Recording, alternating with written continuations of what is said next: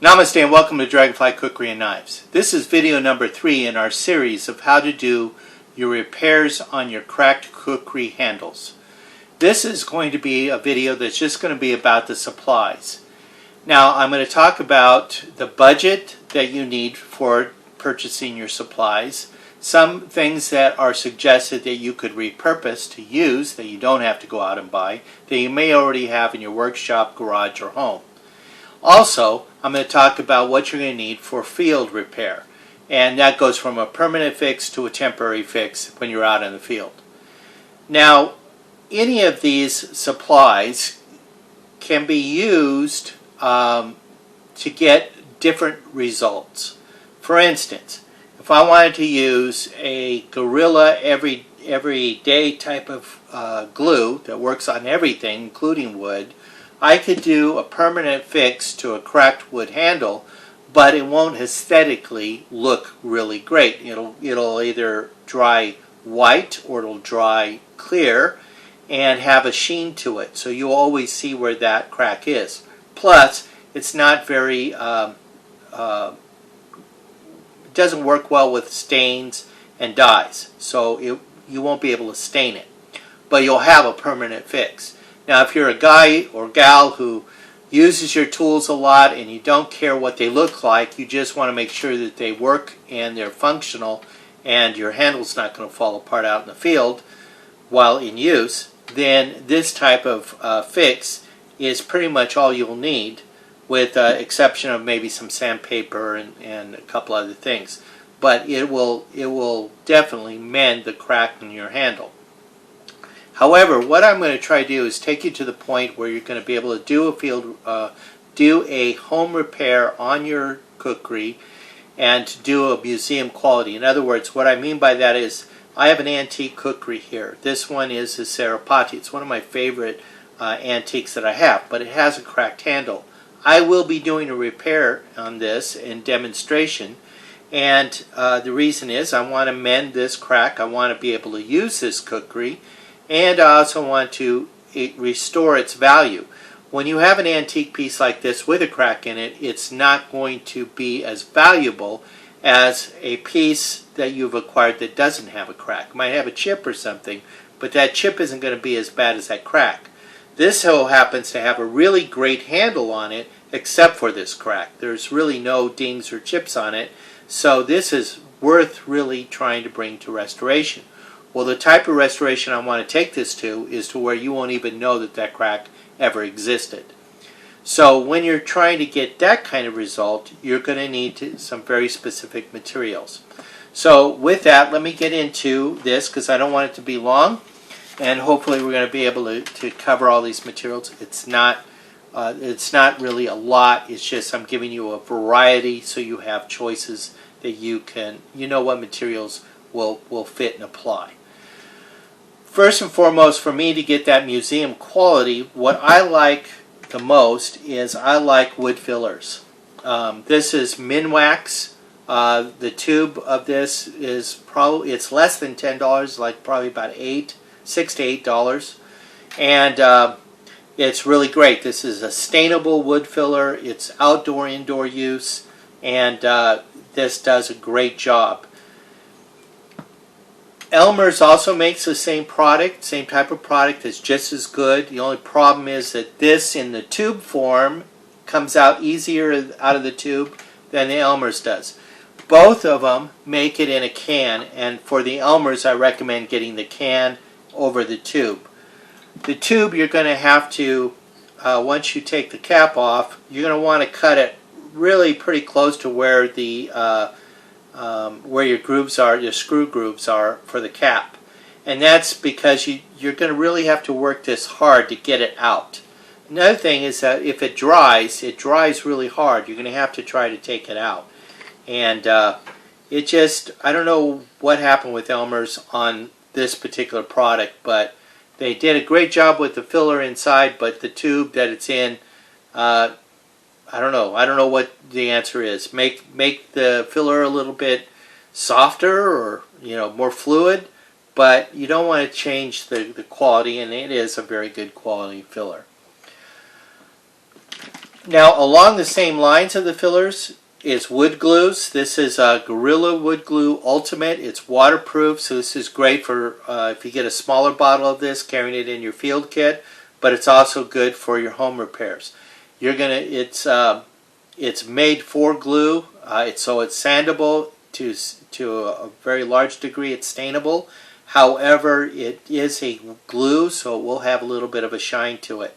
So a lot of times I have found that where I've used wood glue on my repairs, you could still see where that crack is even though you've added the dye, only because of the sheen that the glue leaves. But otherwise it's a permanent fix, and if it's, if you just don't want it to be super noticeable, you want it to blend in, you want it to look nice, that's a good way to do it, and it also is a permanent bond and fix. Like I mentioned before, your all-purpose glues like this Gorilla All-Purpose, or your glue pins, your super glues, those, or your epoxies, the epoxy pins that have the two materials that you squeeze in onto a pallet, you mix it and then you apply it. Those are the strongest, they're the most permanent, and you won't ever see that crack appear again in that same spot using those. But you won't be able to dye them very easily. They are sandable, and a lot of knife makers use it to attach their handles to their blades. So for a very permanent fix, those epoxies work really, really great. Now, once you've done that, how are you going to get this filler onto it? Yes, it's tube. You might think, well, I can take the tube and just kind of draw it in there. Well, you're still going to want to push that product into that groove. Now, what I do is I use my cartas, the functional ones, or my repurposed throwaway cartas, and I go in there and I build a little better trough where that crack is so I can get more material down in there. So I need a tool like this, plus to pick up that material and spread and force into that crack, because you want it to go as deep as you can all the way up to the surface, so you have a really strong bond there with the wood and you're filling that void. What I like to use the most is my palette knives that I use as an artist. These palette knives are made out of steel and it's tempered, so there's a spring to it. I like the metal ones over the plastic ones. Plastic ones do break from time to time. I've never broke. Well, I have. I've broken the tip off of these accidentally, but it doesn't happen very often. It is really good and pliable. It will go along with the contour of your round handle. This one has a point. I can actually press that material in that crack void and then come back with more material and smooth over. I can also remove excess with it. It's just really great and useful. Palette knives are used for artists like me who blend our oil paints and acrylics. I even paint with it from time to time. So these are really, really great. You can get a pack of these for about $5 to $6 on Amazon. You can find them at Michael's, at Joann's, at Hobby Lobby, or your local art store. And they're very useful and great for this purpose.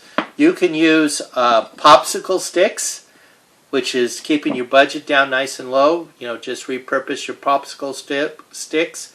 Or you can get a bag of these at a Hobby Lobby or someplace, even Walmart. You can get a bag of them. And low cost, couple dollars, and now you got hundreds of these that you can use and throw away. So these are really great and low budget. So you have your palette knife and you have your product that fills that void. Now, next thing you're going to need is sandpaper. Now, I like things that are small and useful. In this case, I'm doing my repairs on a Kukri handle that's round, and I'm not going over a large wall. I'm going over the handle. So having something small that fits in my hand that gives a good armature for the sandpaper, barrier resistance. But this is also very spongy, so it's easy to hold, no hot spots when you're using it. And what also is nice about this one is it comes with Velcro. The sandpaper, it's 80 grit, 120 grit, and 220 grit. and it has a little Velcro backing on it. You just set it down, you put your handle on top of it, pick it up, and you're ready to go. And it costs less than $6 for this whole kit with everything included at Walmart. Now you can get it at Target, you can get it at Home Depot, Lowe's. Amazon has something like it, not the exact product, but something like this is really useful and good. I usually do the 120 and 220 when I'm sanding. I don't really do the 80 unless I'm trying to take glue off. That's a little bit harder. But the more aggressive the sandpaper, the more material you're taking off, and you don't want to reshape your handle. You just want to clean up the excess wood filler or glue that's on there. Next thing is, and you can also, if you have any of these wood blocks hanging around, this one's a hard rubber one that I used for some of my paint projects in the house and drywall. You could repurpose this and use it for this. It'll work really well. Plus you can go from 80 grit all the way up to 3000 grit sandpaper on this and bring your handle to that nice polished, really glassy smooth feel that it originally came with if you purchased some of the more high-end Kukris. Now the next step is going to be your stains. Now stains can come in liquid fashion like this in a can. This happens to be for Varathane company makes this. It's a really good stain. Minwax makes some really good stains in a can like this, liquid form. You will need to either find a paintbrush in your house that you can repurpose. This happens to be a stain brush, so it kind of absorbs that stain into its bristles to spread a little bit better than some paint brushes. But nonetheless, I would recommend a 1 inch, 1.5 inches, about as wide as you need, no wider than 2 inches. This is a 2 inch. However, the dry time on this says it's an hour for this can of stain. And they come in a variety of different colors, like this one is red oak, this one I think is dark walnut. So you can actually find the stain that will match your wood handle the best. But what I like to use is these furniture markers, touch-up markers. They work really good. They're loaded with the same stain that you might have in a can. However, they're felt tip and they're real easy to use. There's no big cleanup. There's no brushes you have to clean. You just take the marker and you go over the line and apply the color. And you might, kind of draw in with the wood grain to kind of help blend it. But, I'll show you those techniques with it. Now, this particular one's put out by Katz. A set of 6 costs about $8 on Amazon. That's where I got these. And it comes in mahogany, maple, oak, a variety of different wood colors along with black. Minwax makes their own wood finish stain markers. This has a little bearing inside like you would find in a spray can to help mix up your color in there, your stain. Also, you have a nib that you have to press down for it to load with the color, and then you can draw with it. The dry time's going to be a bit longer with the pin, this particular pin, than it would be with these. The dry time's about 5 minutes, less than 5 minutes, where this might be about 15 minutes. But this is an hour, so there's a big difference. Another thing is that the nib on this could dry out after if it hasn't been used for a while, and you'll have to reactivate it with mineral spirits. Another marker that I like is your Sharpie. Sharpies are the permanent marker. You can, it's waterproof, and it comes in a rainbow of colors. So you can actually find a brown that they make that can fit your wood. And this is also field carry ready. You can just stick it in your pack, and you have a marker that you can write with, or you can also do your handle repair out in the field in a permanent way, and making it aesthetically pleasing again. So that covers the material that goes into your handles, that covers the sanding, it covers how you're going to get the material in your handles, and it covers the stains, the color. Now let's talk about the field repair. Let's say you're out there at the campsite with your family and your handle cracks. You're out there for the weekend or a week. So maybe you didn't bring enough supplies to do a permanent repair there at the campsite. So you want to protect your kukri but continue to use it, and you don't want to lose that handle. So what you can do is you can use grip tape, duct tape, paracord, or you can do a more permanent fix carrying a small bottle of wood glue and your Sharpie, making it aesthetically appealing, or a super glue or your Gorilla glue pen, and put in the glue there for a permanent fix. The only problem with this is, remember, it could dry white or it could dry clear, and you won't be able to stain it. But it is a permanent fix, and you can continue using your kukri for the rest of its life until it develops another crack somewhere else. But hopefully that won't happen, because you're going to learn how to prepare your handle and maintenance your handle in such a way to where no new cracks will appear. So that's how you could do a field repair. Now, it's always a good idea to carry a grip tape, duct tape, super glue or small glue of some kind, a marker, and a small sanding paper, because you can do a variety of different tasks with this in your kit. Whether you're on a hunting trip or whether you're on a camping trip or fishing trip, having this stuff, you'll find multiple uses for it, not just fixing your cracked kukri handle.